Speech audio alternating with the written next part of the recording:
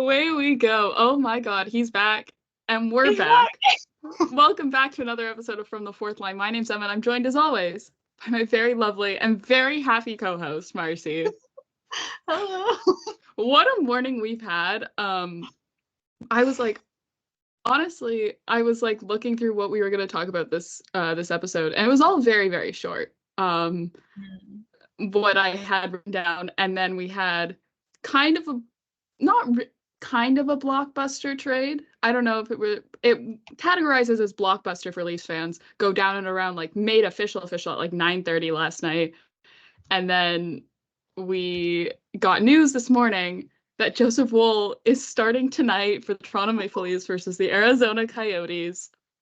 So I'm wearing my Joseph Woll jersey in celebration. I'm wearing mine in spirit because it's on the wall and I have to rush off as soon as we finish recording. Literally, like, that's the thing. It's like we are crunch time to try and get this done and out. But I guess we'll talk. I don't know if we wanted to start with Joseph Woll or if we want to start with Leafs and Golden Knights because it kind of all relates to each other. We found out that Timothy Liljegren is not playing in tonight's game, meaning the Leafs for the second game in a row will do 6 left-handed D. But don't fret. Riley and Brody are switching sides. Oh, panic over. Everything's fine. Yeah, so if the Leafs' desire for right-handed defensemen is not already apparent, I think it is very apparent in these 2 games in which Timothy Liljegren, essentially, we have learned, is keeping the entire Toronto Maple Leafs blue line together with the fact that he is right-handed and he shoots right. But yeah, Leafs versus Golden Knights. Samsonov got the start. I want to say it's not his best game since coming back. Probably, honestly, it was his worst game since coming back, which is saying something because it wasn't very much a bad game. He only allowed 5 goals. There was 6 goals scored, but one of them was on an empty net. And like the defense just wasn't there for the Leafs. No, it non-existent. Yeah, with Liljegren out, he's battling something day to day. Sheldon Keefe today said that it was like he's not where we want him to be and he's not where he wants to be, so he's not playing today. So thanks, Sheldon. But pairings were Riley, Brody, Benoit McCabe, Giordano, and Lagesson because Mark Giordano returns to the lineup. Scoreless in the first. I think it was honest. It was a very even first period, I will say. Yeah. Shots were even tied 9-9. But I don't know. I just think I was like, oh, it could go either way, you know? Like, yeah. And then the second period started. Oh god, that was. Yeah, like the Golden Knights this season have been known for their strength defensively. They're a very strong team defensively, and even though they are just on average a very strong team overall, they are missing a lot of people from their forward group. You couldn't really tell this game, that's for sure. Especially because the only 2 Toronto goal scorers were Tyler Bertuzzi and Ryan Reeves. Oh, that's how you know we're in a bit of a tough spot. Ryan Reeves on a 2-on-1 with Pontus Holmberg, in which, because then they showed it, Ryan Reeves' top speed he hit on that 2-on-1, in which he scored a goal, was 33.25 kilometers an hour. What is this? Just what's happened? What?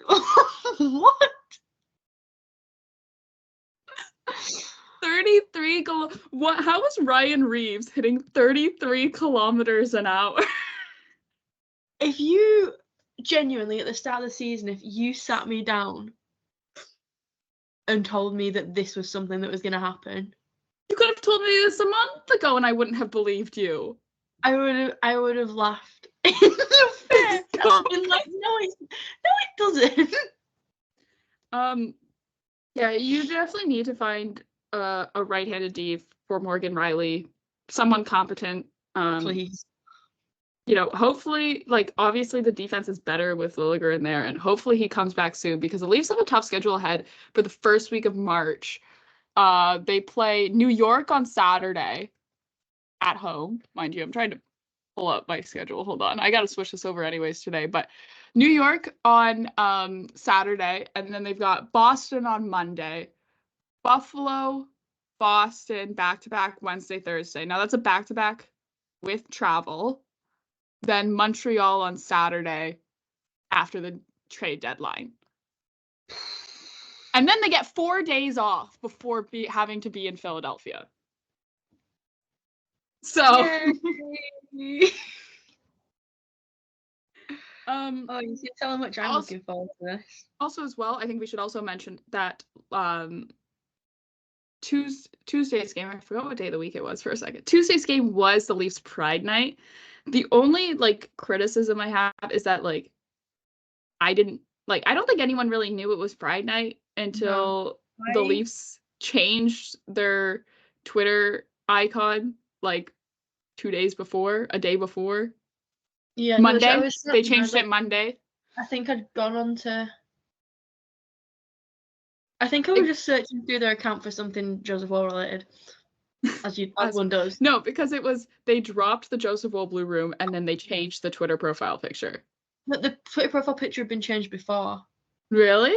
Because I was on the account before they dropped the Blue Room, and I was sat there and I was like, when did they change this? And then I was like, has it been changed for a while? When did this happen? And then I think I was going to mention it, and then I got distracted by something, as usual. Yeah. But it was the Leafs Pride Night, and the Leafs, no, neither of us were at the game, so obviously we can't give you an experience of what it's like to attend a Pride Night because obviously, like, no more special jerseys. Leafs were never one to do special Pride jerseys. I don't think they've ever done it. They've done it for a couple of other things, but usually for Pride Night, they do helmet decals. We didn't have those, unfortunately. But there was numerous players who did have tape on their stick for warm-ups, and then Mark Giordano and Mitch Marner kept theirs on during the game as well. They had Pride tape on their sticks. If you did a little Getty Images research. But I will say, like, you know, it is nice to see that support from players, you know, and when you can't, like, you can be overly critical if you would like to, but which some people always are when it comes to these sorts of things with players. And like, yes, we do have to keep players accountable for special nights like this, but also at the same time, you have to understand that like they're not perfect human beings. And also at the same time, you have to understand that, like, I'm not trying to make excuses for players, but yeah, also as well, like, Pride tape during warm-ups is a huge step that we've seen that we probably wouldn't have seen even like 5 years ago from players in the NHL. Yeah. Right? So little victory, like, yes, there's huge steps that have to be taken, but also you have to look at how far we have come in the past 10, 15 years when it comes to Pride representation, gay representation in the NHL. As a league. It's like, yes, it's like, obviously you want to see the entire team using Pride tape, and it's like, I know there were some players who didn't, and then Austin Matthews, I think, was one of the big notable names that people kept bringing up. And it's like, yes, is it a shame to not see him using Pride tape? Yeah, it is, but at the same time, it's like, you know that he's not a raging homophobe because he very much he's done so much outside of using Pride tape. But it's like, would it have been nice? Yeah. Is it the end of the world? No. And it's like, you can be like personally disappointed about it, which, you know, I was a little bit upset. I was not upset, but I was just like, oh, like, yeah, you're a little bit disappointed. But it's like you also have to look at the bigger picture, and it's like, yeah, they a lot of players do stuff outside of just the Pride Night. Yeah, like It's not the be all end all of like, if you don't use Pride tape, you hate gay people. yeah, which I think a lot of people were taking it that way, where it's like you also have to understand that these are guys in which they've probably grown up in space. Like you and me, we have a lot of friends, well, ourselves included, but like you know, like even growing up, like my friend group in high school was predominantly queer individuals. And so we grow up like surrounded through that. And so it's very, very easy to show support that way. Whereas like for them, you know, you grow up in a hockey locker room, it's very, very different. A nice environment. No, it's not. But also at the same time, like you're not someone your friend group probably, like, you know what I mean? Like they're probably guys who, like, I don't want to say, like, also you have to think about like a lot of these guys are slightly older than us, and even like the culture in like schools and stuff is that change is very, very recent. That's also still sometimes in some places change that has not occurred yet. Yeah. Whereas like it was very, like, I went to a really great like when I was in high school, it was really, really great in terms of there wasn't that very, I don't want to say like homophobia was non-existent, because this is like a high school in a predominantly white neighborhood in Canada. Like, let's be realistic here, but it wasn't like openly homophobic, and you had a lot of support from like staff, school administrators and things like that. Yeah. But like these are guys who probably, like, even when they were in high school, like maybe there was like the gay kid at school, but they maybe weren't friends with them. And so like you have to understand that it's a very different thing, and you can expect it, yes, and you can be disappointed when you don't get it from them, but you also understand, like, I'm not trying to make excuses, but I sound like I am, but it's such a nuanced conversation to have that I feel like we can't like chalk it down to like 5 minutes in like a 20-minute segment about one Leafs game. I think of an 82 game season. Yeah, it's just like you have to realize that they unlike us. I don't know if for us, it's like they didn't grow up with a predominantly gay friend group surrounded by even more gay people. Yeah. So it's like it's not that they're not supportive, it's just that they aren't exposed to it, and so the exposure is different. The same way that we are, and it's like, like, obviously you're gonna want to see, like, if you have like a gay friend group, you're gonna just see it more, and it's gonna be like, and then so if someone says or does something that, you know, is slightly misguided or like badly worded, if you've got a friend group of gay people and you witness that, then it's gonna seem like a bigger, like more outright like thing, whereas a lot of people just aren't educated. Does that make sense? The like also as well, like the like allyship when it comes to that, like, comes very naturally for us. Yeah. I mean, we are a part of the LGBT community ourselves, so it's like we're such good allies that we are not there. Literally, but like the allyship, like, you know, before you figure things out as well, like the allyship comes so much easier because it's like, oh, these are my friends, right? Or like these are my family members. And like for me as well, like it's like I have family members who are part of the LGBTQ community as well, like close immediate family members. So like I don't want to say like it's hard, but it's hard for us to understand, and it's hard for, I think, a lot of people on Twitter to understand, specifically just within like the bubble on hockey Twitter that we exist in, because it's just predominantly it's a very progressive group of people that we regularly interact with online, which is really, really great. But also as well, like, you have to understand, like, it's very different than how they maybe grew up and they experienced. And so allyship,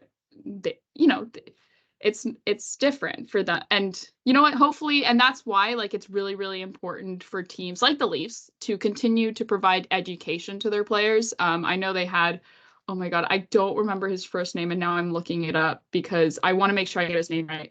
McGillis is the last name. I want to say his first name is Scott, but it's definitely not Scott. I don't think it's Scott. I just want to make sure I get this right. Hold on, I gotta scroll through this. Brock McGillis. Yeah. Brock McGillis, who is he was a former OHL goaltender. I think I want to get this right, but I didn't do enough research beforehand. I think first openly gay OHL player, but he was an OHL goaltender. And he now goes around to, I think he's currently on like a classroom tour where he goes around to different schools across Canada and maybe the US as well, but I think mostly across Canada, and talks to them about, LGBTQ and being gay and in hockey and things like that. And so they had him come in and talk to the players, and Leafs post about that. And I think that's probably, like, I know it's not very visible as a fan. Like, if the Leafs didn't post that video, we would never know that they did that, right? And I think that is partly more important than the tape a player puts on. Yes, like the visible, like, it's really nice to see the visibility of, like, that visible allyship, but, like, providing education to your players from an organization like the Toronto Maple Leafs is huge. Yeah, and it's like the fact that they're doing it, like, anywhere, and they're doing it, like, behind the scenes sort of thing. Yeah.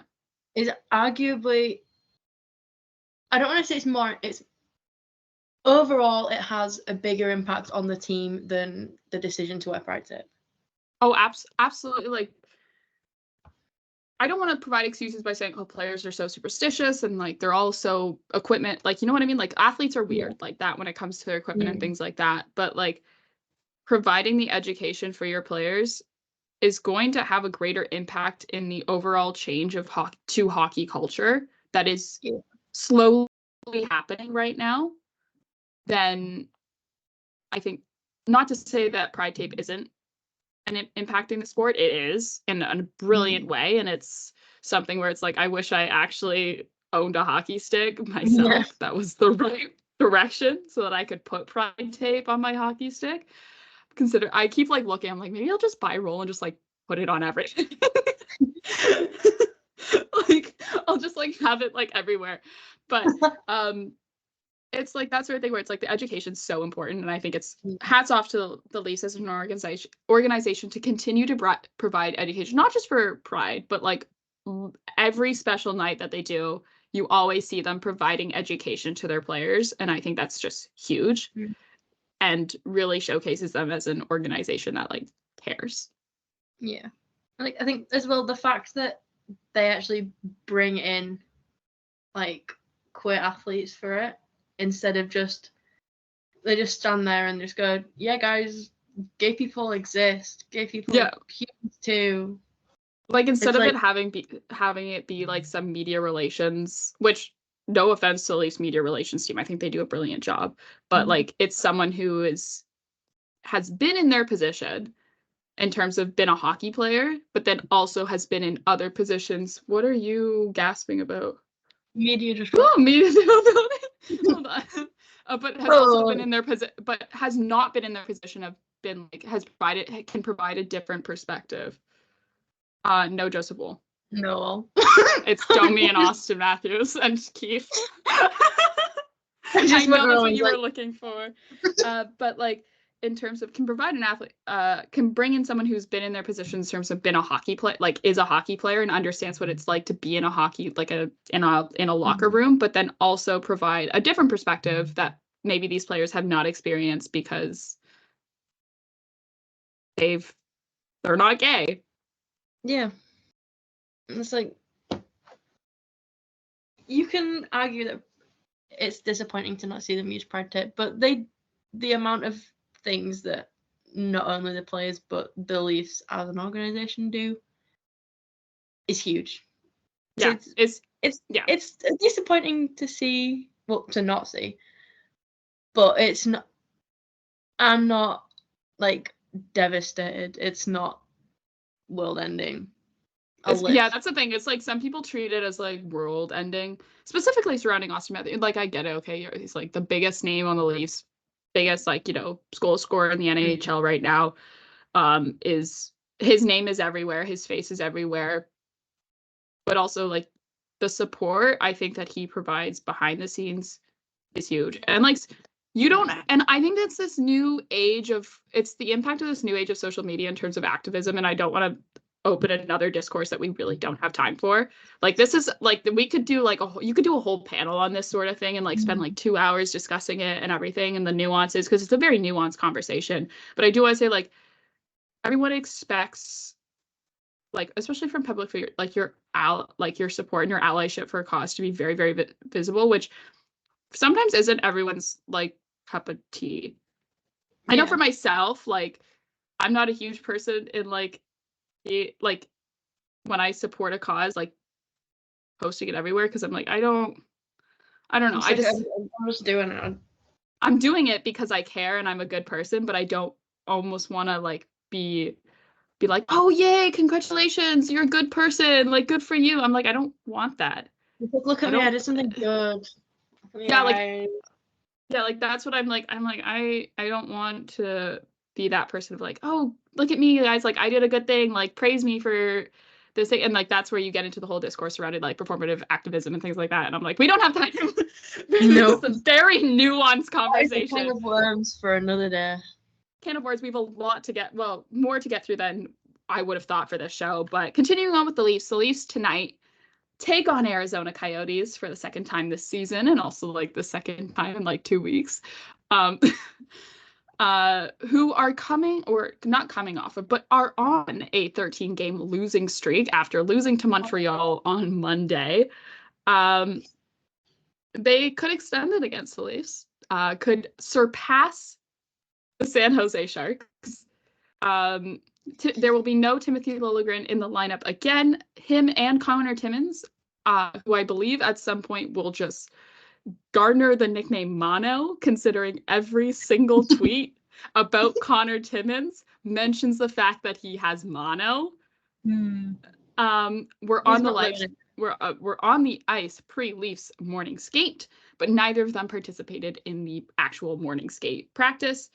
Leafs haven't also, just a fun little stat about the fact that this could go very, very badly. The Leafs haven't won at home versus the Arizona Coyotes since October 17th, 2002. We weren't even alive. Oh no. I mean, can they not do this today? Can they please? But like, in good news, Joseph Woll is the projected starter. He makes his first start since getting hurt December 7th. I was at that game.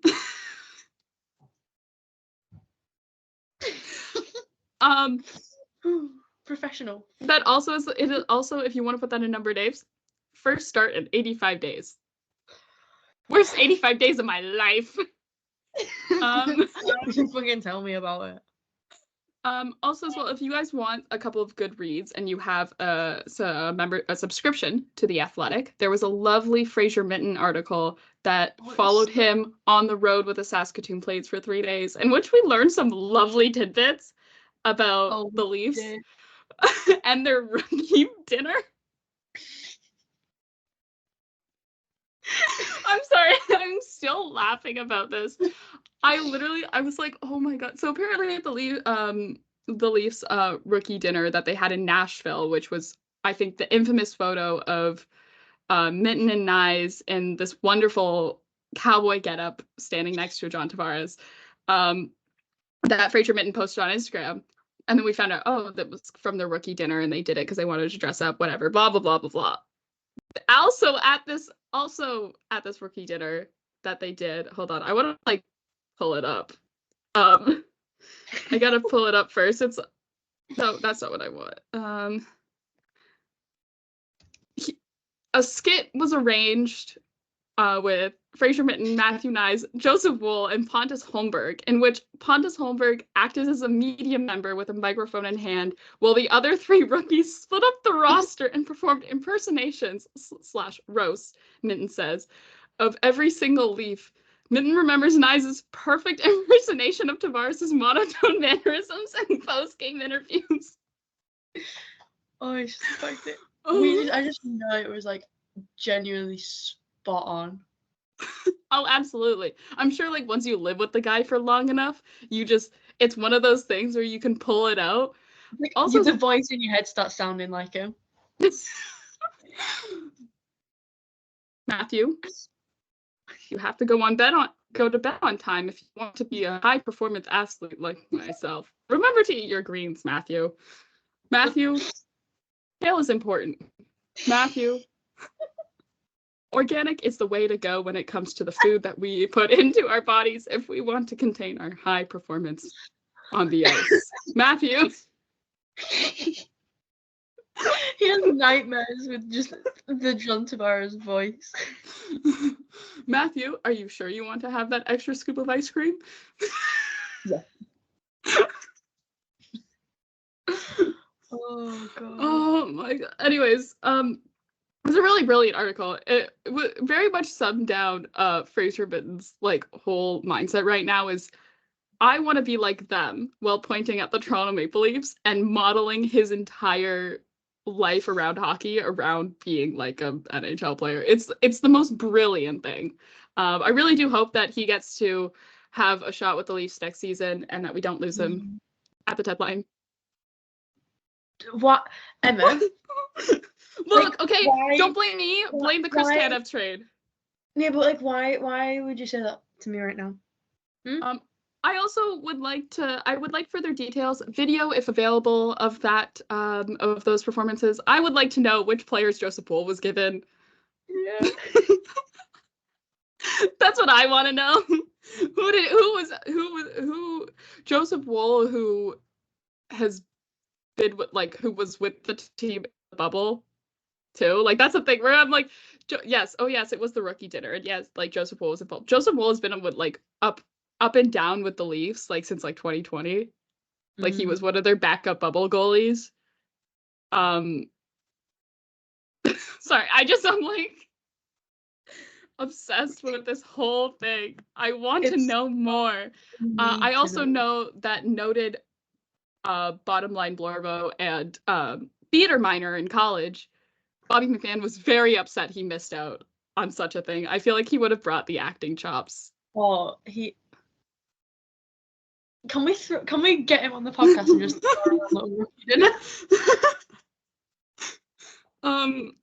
But yeah, there was also as well by Joshua Cloak. Both of these articles that I'm mentioning from The Athletic were by Joshua Cloak, who does a fantastic job with providing these sorts of articles on the Toronto Maple Leafs. There was a wonderful one about Ilya Samsonov that also came out today, a little bit under the radar because this Minton article had so many gems, but it was mostly just about his mindset in returning from being put on waivers and having a really bad start to a season. It was really great. Provided some insight into where his mindset was at the first season. Also made me cry. It was very, very, very sweet. Recommend go listening to them. Not listening, reading them if you can, and if you have a subscription to The Athletic. Yeah. I'm sorry. I'm just so excited about Joseph Woll coming back, man. It's a big day. It's a big day for us as the co-presidents of Bull Nation. It doesn't feel real. No, it very much doesn't. It's like one of those things where it's like, oh, it's like actually happening now. It's like we've been like just asking for it to happen for so long, and then now it actually is, and we're like, oh my god. Oh my god, yeah. Yeah, just well, he's back. He's back. Very exciting to have him back. Definitely feel sorry for my dad who's driving me home today, who's going to have to sit in a car with me from Ottawa to Toronto with me talking about the fact that Joseph Woll is back. He has been asking, actually, you know what? It's his own doing because he spent all Christmas break this year asking me about what the Leafs are going to do with their goaltending. Well, Dad, I have an answer for you. It's called Yes. Keep 3 Goalies Up. Because Sheldon Keefe said in media availability today that he is willing, that, you know what? He is willing to, the plan is right now to carry all 3 Leafs goalies, which I love that. The more the merrier. What I do want to know, though, and I want to figure out, and this is only because I have mapped out the Leafs seating plan in the locker room, is if Joseph Woll moves back to the one of the main goalie cubbies. There's 3 goalie cubbies in the Leafs locker room, in their home locker room. After Joseph Woll got hurt before the dad's trip, Martin Jones moved into his main one beside Ilya Samsonov, because there's 2 beside each other and then one on the side. And then Joseph Woll has been in the 3rd goalie stall since being hurt and when he's coming back to practices and things like that. So I want to know if they're going to switch him back or not, or what's going to be the plan, or if he's going to stay there sitting next to Max Domi, I believe, sits in there. Yeah. I don't have it memorized, but I think it's Max sits next to Max Domi, which would love to know what those conversations are like. Oh. There's certain stretches in this locker room where I'm would love to know what this part What do they talk about? What do they talk about? But yeah. Anyways, I think let's talk about JB Drysdale. We mentioned last episode that he is day to day, is what we said. Yeah. I think it was announced today that Philadelphia has moved JB Drysdale to IR due to an upper body injury. They didn't specify that it was his shoulder. They just said upper body, but we can assume based on the video that we saw of him going down the tunnel. Unfortunate for this guy. I think this guy, some of the worst injury luck in the league. Oh, he's been through it. Absolutely. So hopefully wish him all the best. Hopefully he's back for the Flyers playoff run. I actually have no idea if they're still at a playoff spot. I think they are. Right? Maybe they're not, and I'm totally wrong.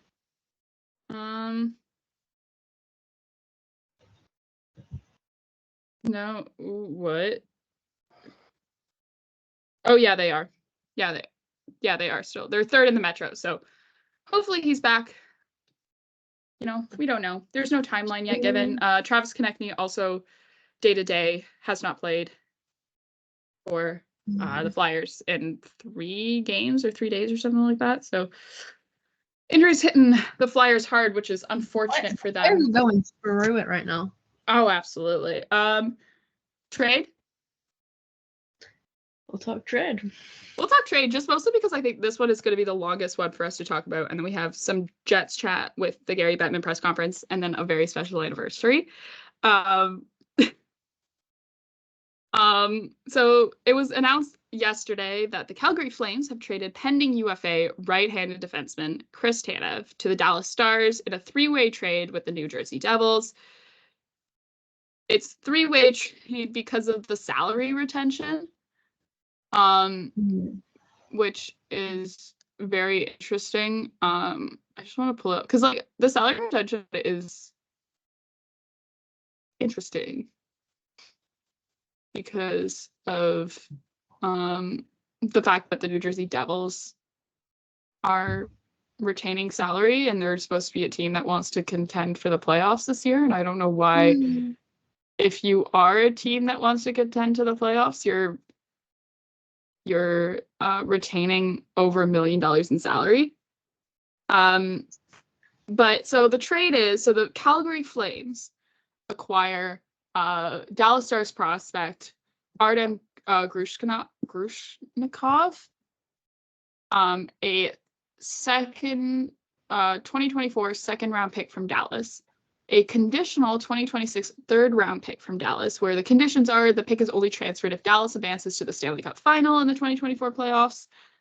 The Dallas Stars acquire from the New Jersey Devils Christopher Tanev with 50% salary retained, which is $1.25 million, and Cole Brady, who is an unsigned goaltending prospect from New Jersey. Now, the New Jersey Devils acquire 50% of Christopher Tanev's salary, and then from Dallas they receive, for retaining the salary, a 2026 fourth round pick. Now, the reason why it says that the Stars acquire it from New Jersey is because you can't trade salary retention for future considerations anymore. So Chris Tanev had to go through New Jersey in order to end up getting traded to Dallas in order for New Jersey to retain some salary. That's the only reason why it's that. But essentially, Christopher Tanev going to Dallas. Hope he likes country music, because if he thought he was going to get away from it, from being traded away from Calgary, he's got more of it coming in Dallas. You have not yeed your last haw, Chris Tanev. You've been waiting to say that. Oh, I tweeted it out and it didn't do that well. And I was like, this is hilarious. Did I retweet it? I thought it was. No, I retweet it, no. I don't think you did. But I also tweeted it after you had gone to bed. Because I tweeted it on the official. I tweeted it on the official announcement from the Dallas Stars, which came after I was asleep. Yeah, it went when you were asleep. But I do. There's a couple of things. Yeah, so it was like. It was. Yeah, so the Stars. So, okay. The Stars get Christopher Tanev for 25% of his salary because Calgary Flames retain 50%, and then the New Jersey Devils retain 50% of 50%, which adds up to 75% retained overall between the two teams, which is ridiculous. And I'm wondering, because the thing that I wanted to talk about is, like, Chris Tanev has been linked with the Leafs since basically November, since it became apparent we needed another right-handed D. And we were all like, this is going to happen. This is what it's going to be. We're going to have to give up a first. Are we going to be willing to give up a first for Christopher Tanev? Blah, blah, blah, blah, blah. And then it all happens without Dallas Stars giving up a first round pick. And you may well, but yes, they gave up a prospect. And yes, Brad Shilving was very, very adamant in saying that he was unwilling to give up a prospect. Now, Artem Grushnikov is a 20-year-old prospect, Russian. He's from Russia. Is currently played with the is a left-handed defenseman with the playing with the Texas Stars. This season, he was with the AHL affiliate of Dallas. In 44 games, has 1 goal, 4 assists. I don't know about you, but like my thoughts on this, I'm like, okay, so the Leafs have defensive prospects, left-handed defensive prospects up the wazoo. We have so many of them. We almost have too many of them. We're overloaded on defensemen in terms of prospects. And you're telling me Brad Treliving was unwilling to give away. What did Dallas trade away? They gave away a prospect, a second round pick, which we don't have a second round pick. But the Leafs don't have a second round pick, or at a third, a conditional third, and a fourth for Christian. Like, that's the thing where I'm like, surely you could have made this work. But then there was a tweet that was really interesting for me from Kevin Weeks, noted insider Kevin Weeks, regarding the Tanev trade and Zadorov trades, saying the Maple Leafs were interested in both players. As I reported, they tried trading for both at the same time and individually. It seems that the Calgary Flames would have had to be blown away to send either to Toronto. So the Calgary Flames are the salty X, and we're like, no, we are unwilling to trade with you, Brad. Which is very interesting because it's like everyone was talking about the fact that getting a player from the Flames would be easier for the Leafs because of Brad. And now you're telling me that no, actually, it's near impossible to trade with the Flames because of Brad. And I know Brad is not a like trade at the deadline type guy, but we really do need a right-handed defenseman for Morgan Rielly. Quite bad. If we want to make a run in the play, like it's not a thing where it's like, I think a lot of people, I think earlier in the season were like, okay, we got to do this at the deadline, we got to do this at the deadline, we got to do this. But really, like the only thing the Leafs need at the deadline, I think, to make a serious, I don't want to say like serious push for the Cups, but like to make a long run in the playoffs, bar any blood curses against this franchise, is a right-handed defenseman to play across from Morgan Rielly to provide, to be on that top line, that top pair. And you're not, and the numbers you have, like the names are, the list is getting shorter and shorter as we get closer to the deadline. And yeah, we're running out of options, and there's still more names available, but like, I don't know. I'm just looking at this and I'm like, okay, are we actually going to get this right-handed defense? Because it's like, the list of things that Brad Treliving is willing to give up is, I don't want to say it's very long, but it consists of no first round picks and no top seeded prospects, such as like guys like who are already on the Leafs roster right now, like Robertson and Nyes and Holmberg. And also as well, top prospects who are not with the Leafs right now, like Minton, Cohen, Easton Cowan. There's a couple of guys on the Marlies as well, like where Dennis Hildeby, where you're like, okay, no, untouchables, like don't go near them. And like you can kind of condense that list down to what, 5 guys of, okay, here's 3 guys on 6 guys, I guess. Here's 3 guys on the Leafs roster right now where they're young guys where you're like, okay, then there's these guys who are, and then there's these 3 guys who are not on the Leafs roster but are within the Leafs organization, whether it be with the Marlies or whether it be with their junior teams, where you're like, okay, don't touch them. And I think a lot of people are like, okay, but why don't we trade guys like Minton and Cowan when their stock is really, really high right now because they're having these really great seasons in junior? Because have you looked at what the Leafs cap situation is next year? Like, has anybody who is suggesting, hey, let's trade Fraser Minton right now for a rental, has anyone of these like looked at what the Leafs are looking at next year for cap? Because it's not good. Like, yes, okay, the cap is going up next season, but so are the contracts of Austin Matthews and William Nylander, where you're paying Austin Matthews $13.25. You're paying William Nylander $11.5. You're still paying John Tavares $11 million for one more year. You're paying Marner $10.9. And you're losing, like, Nicholas Robertson's an RFA. Noah Gregor's an RFA. Bobby McMahon's a UFA. I think Bobby McMahon will probably sign close to in around league minimum. But like, Timothy Liljegren, RFA. Simon Benoit is a guy who I think you should sign him before the offseason starts. Yes. Because that's a guy, like, yes, he's an RFA. So yes, you can retain the rights to him. Like, it's not like he's going to leave you in free agency without you deciding that. But I think now's the time to do it before the price for him gets too high.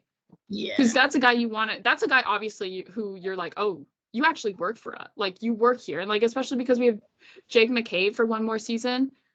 Like,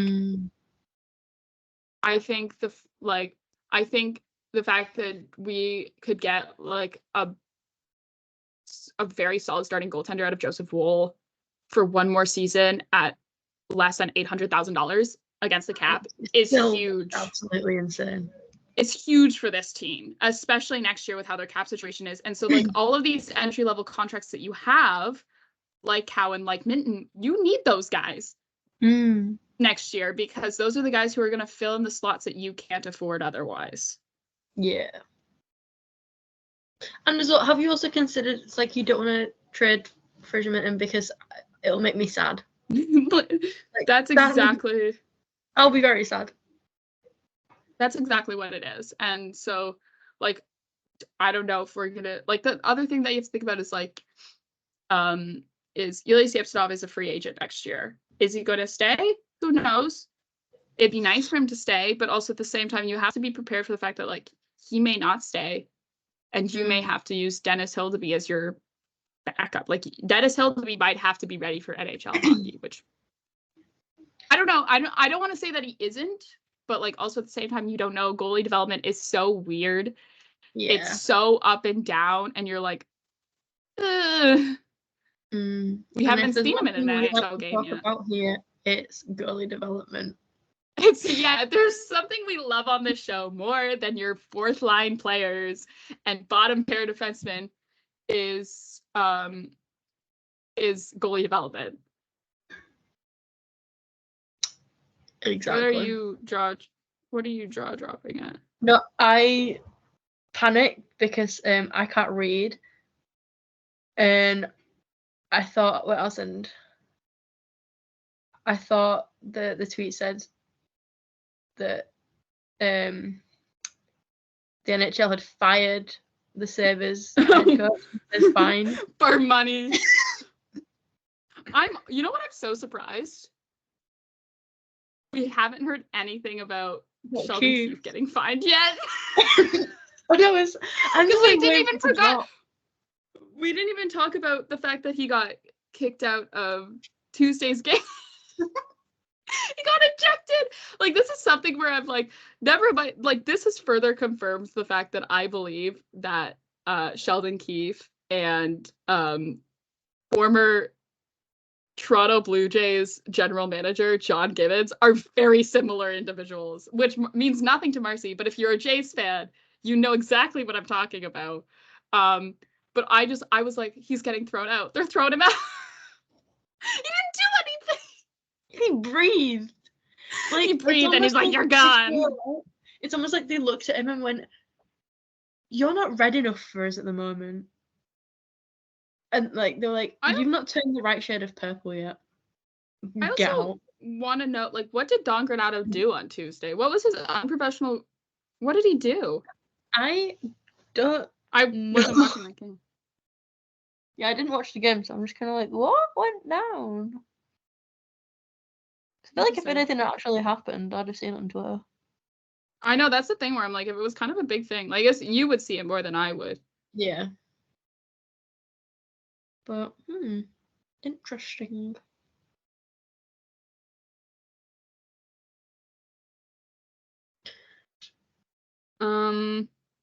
Bench minor. It literally doesn't say. Oh, here we go. Oh. Is it from when like they all got in that scrum because like Nick Cousins like pretended to be dead and was like, actually I'm not. Oh, it's just him yelling. Oh. It's him yelling over something that didn't get called about a trip. I think he said something. Oh, did he flip the bird? What? No. Did he flip the bird? You'd be kind of real for that, though. I respect it. I think he flipped the bird. I think he flipped. Oh, I can't tell. I'm trying to like look and see if he like actually like flipped off officials. That'd be. No, he was pointing to. He was going to. It looked though from one angle of him going like this. I think it's just him yelling, and he got fined for it. But if I got fined for every time I yelled at the Leafs, I would have like less money than I already do. You would be bankrupt. I would be officially. But yeah, Sheldon Keefe got thrown out. There was he did answer a question about it. Smart of him to not answer a question about it post game. He did answer a question though today in media availability, saying, this is from Jonas Siegel, I think there's a fine line between being a voice for the players at different times and try to be the voice so that they don't have to be. They can focus on playing. But really, all I'll say is my job as a coach is to really make sure I'm focused on the next moment and what comes next. I don't feel like I lost control of anything like that the other night, but I'm not focused on the right thing. My job is to be focused on the right thing. The player's job is to be focused on the right thing.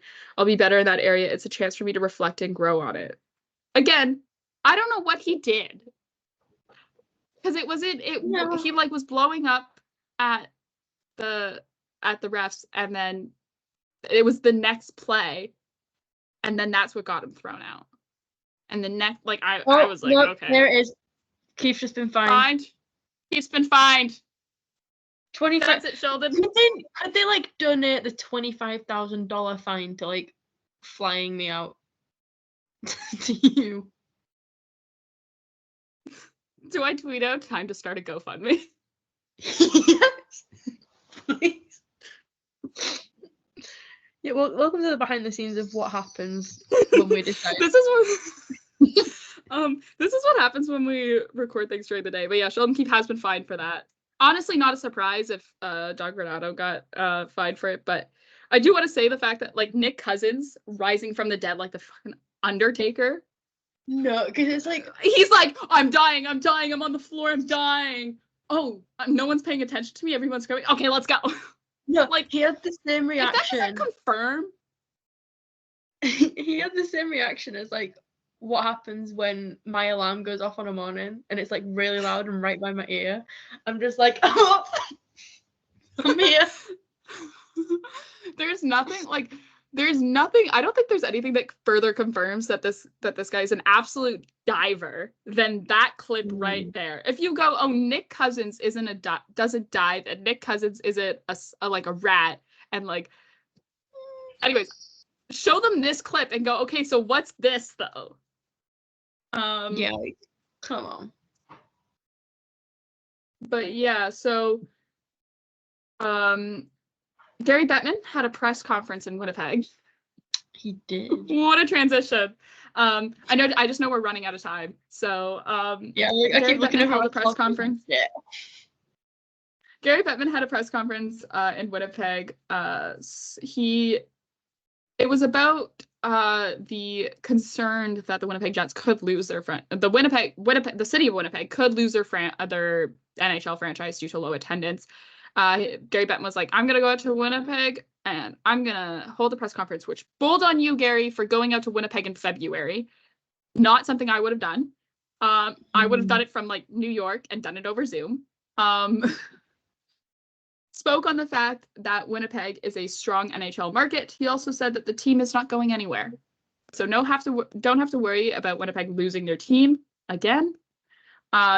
The concern for Winnipeg this season was the fact that season ticket numbers have gone from 13,000 to where they were when the team rejoined the league in 2012 to 9,500 this season. They also averaged the second lowest attendance across the NHL at an average of 13,000 games. An average of 13,000 people per game. But which is interesting because it's actually, I think it's surprising as well. Like the team is performing very well this season. In terms of that, like in playoff contention is pretty good. We'll probably make the playoffs. We'll maybe perhaps have a run in the playoffs depending on who they face.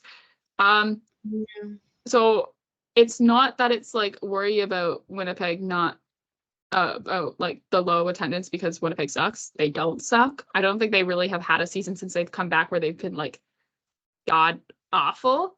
If I'm trying to like remember correctly, I'm like, I don't. In recent memory, they haven't been god awful, bottom of the barrel bad since like they got Patrick Laine in 2016. Yeah. Right. Which also the Leafs were god awful, bottom of the barrel bad that season too. So.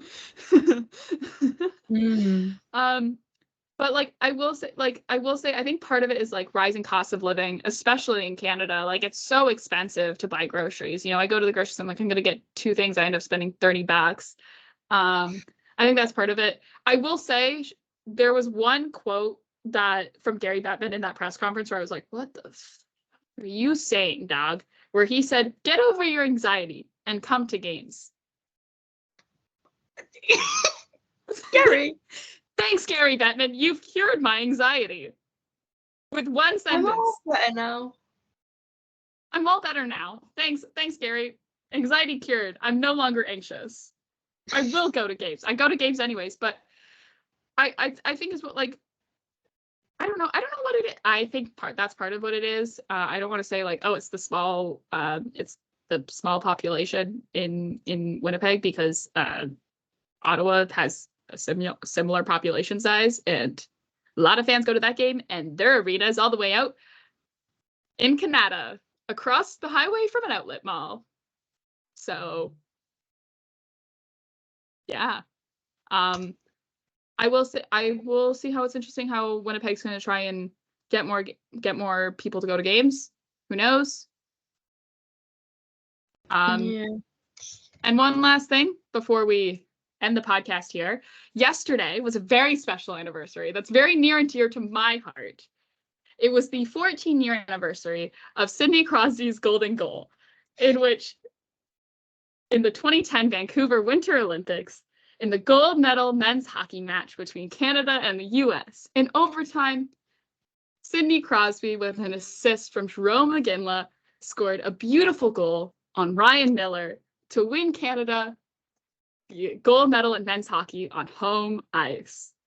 And that day, I was 6 years old at the time, and that was the thing that cemented me as a hockey fan. I was always going to probably become a fan of hockey, but that was the moment where I was like, yeah, hockey. Yeah. Sport for me. This is the sport I'm going to watch. And eventually, 14 years later, we'll host a podcast about it. So thank you, Sidney Crosby, for starting this podcast. Yeah, that's where it is. Sidney Crosby started. It also is the reason why I have a soft spot in my heart for the Pittsburgh Penguins. That and my love for little fun, silly French Canadian goalies and Phil Kessel.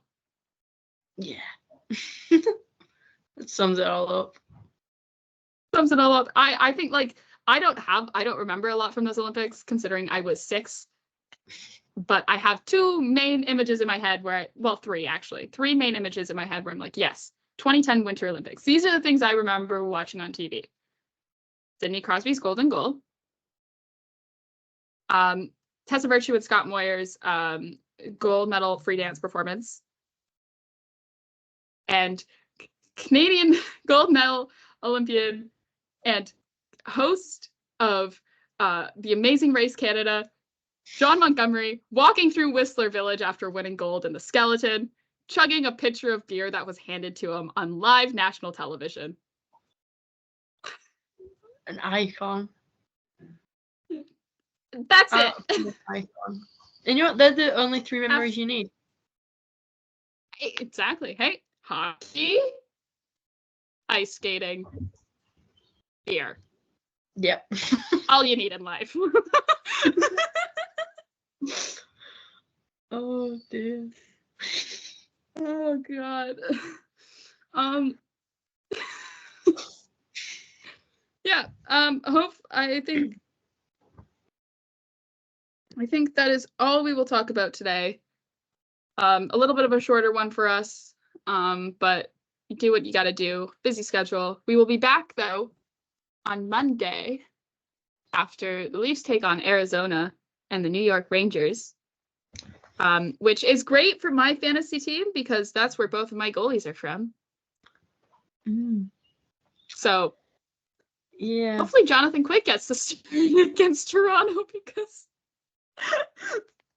I want the Leafs to win, but also I want Igor Shesterkin to do well for me in fantasy. I'm on a roll in fantasy this week. Not this week, the past 3 weeks. I don't think I've lost at all in the month of February. Okay. I haven't. Whatever. I I'm have. doing. I have not lost in the month of February yet. It's actually No, pretty great. I think I won first week in February. I lost the week after. I won last week. And now it's I just won. I won 3 straight. Well, you know what? It's kind of helpful when you have 40 goal scorer Zach Hyman. Yeah, whatever. Well, you know what? Fuck you. I've got Ryan McLeod, Noah Gregor, and Simon Benoit, and Justin Hall, and Bobby McMahon. How is 4 game in a row scratch Noah Gregor helping you out on fantasy? So well. I'm getting all because the he's getting points. scratched tonight again too as well. I know. I'm gonna. You see, I go to drop him and then I look at his little face and I just can't bring myself to do it.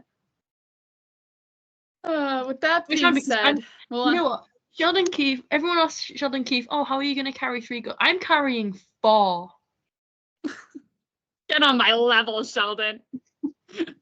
Where are the people asking how I'm coping? Well, the Leafs could end up carrying 4 come the playoffs if Matt Murray returns from LTIR. Because he's facing pucks this week.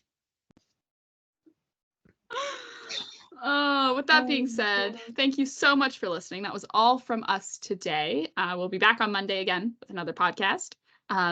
Hopefully talking about 2 Leafs wins. You never know. This is the Leafs.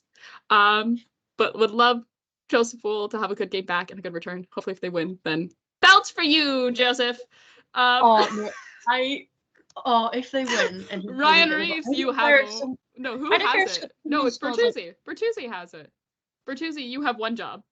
Like, I do not care if we win by 7 goals and one person scores all 7. If Joseph Woll does not get the belt, I will be having has enough hat tricks. Austin Matthews has enough hat tricks. Yeah, it's like they're not special anymore. What do you mean? Like, fucking Nick Robertson scores 9 goals in one night. He's not getting the belt. Joseph Woll gets the belt. And I don't care. I wouldn't say that we don't make the rules here, but we do make the rules here when it comes to Joseph Woll. We take our jobs very seriously to the point where we have a brand. And to everyone who, upon the news of Joseph Woll's return, was like, I wonder how Marcie and Emma are doing. We're doing very well, thank you. And thank you for thinking of us in this time, because we had a 3-minute phone call in which we just kind of like yelled at each other about Joseph Woll being back, and also the fact that you hung up on your mom to answer the call from me. Love you, Lindsay. I know I'm your favorite kid. You are as well. She loves you. Like, that's the thing. I'm everyone in your family's favorite, except for maybe your sister, but no, you're probably her favorite as well. Yes. Only a matter of time before I get a dog. You come home for the summer and I'm already like living in your room. Yeah, I'm just like going to my room to dump my bags and you sat there just like, hi, Marcie. And I'm just sat there, I was like, you know what? Take it. I'll sleep outside. I've got a tent. All right. Without that, yeah, thank you so much for listening. You can find the show anywhere you get your podcasts. I think eventually probably this weekend, I think, this is me telling Marcie to do this, is we'll get our backlog of podcasts up on YouTube. Right. I have to put them in the drive, so partly it's on me, but also part of it is on Marcie. You can follow the show on Twitter at From the Fourth Line. That's fourth with a 4th. You can follow both me and Marcie on Twitter at 60 Leafs for Marcie, at PearB1 for myself. Thank you so much for listening. Go Leafs, go. Hopefully Joseph Woll has a good first game back. Bye-bye. Bye-bye.